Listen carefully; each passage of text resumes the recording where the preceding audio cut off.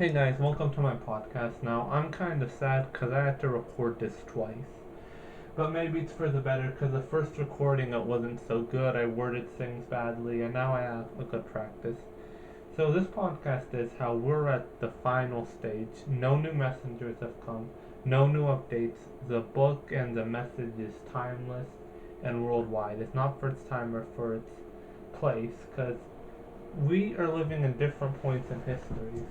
Before Muhammad there was going to be another prophet. There was going to be another book. The message was still being updated. The message was still unclear. The prophets were coming everywhere because I heard someplace that there was over 100,000 prophets.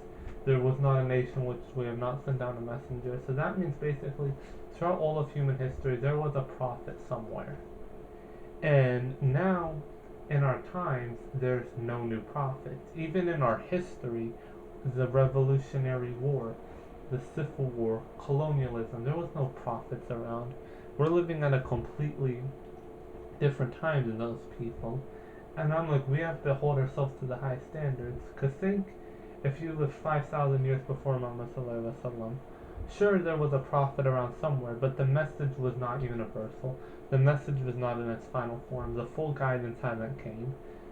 And now we have the message in its final form and its final guidance. And this is for anyone after Islam came, whether it's now or 500 years ago. The message came in its final form. There's no questions to ask. You have everything. So I'm really like, we have to hold ourselves to the highest standard.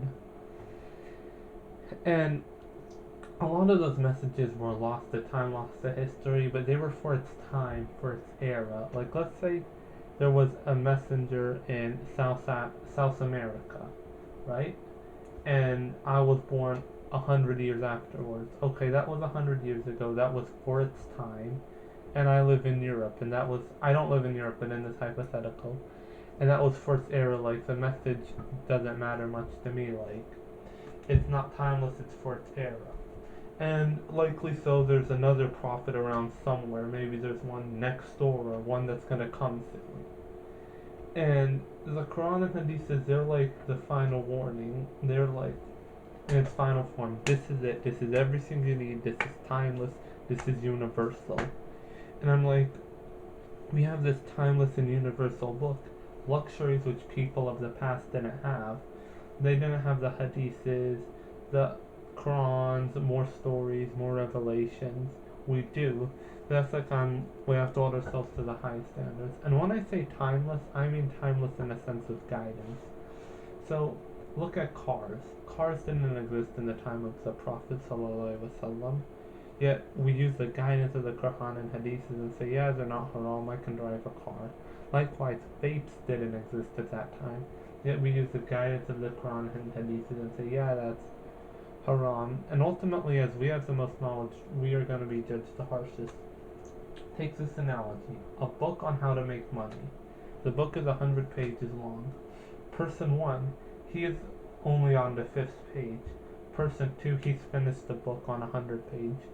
Who are you going to expect to make more money? Person 1, who still has more paragraphs and more pages to read, more skills to learn, or person 2, who's read everything, memorized it, read the paragraphs, read all the pages, person 2, and ultimately we're person 2 in a larger sense. Now I know this podcast wasn't as good, wasn't as explained good, but it was one of those late night thoughts that you get that you're like, wow, this is such smart, deep philosophical thinking. And then when you go to say it in the morning, you just choke completely. And this is the second time I'm doing this, so I'm embarrassing myself twice. But to me, this is better than nothing. And inshallah, one day I can build off of it.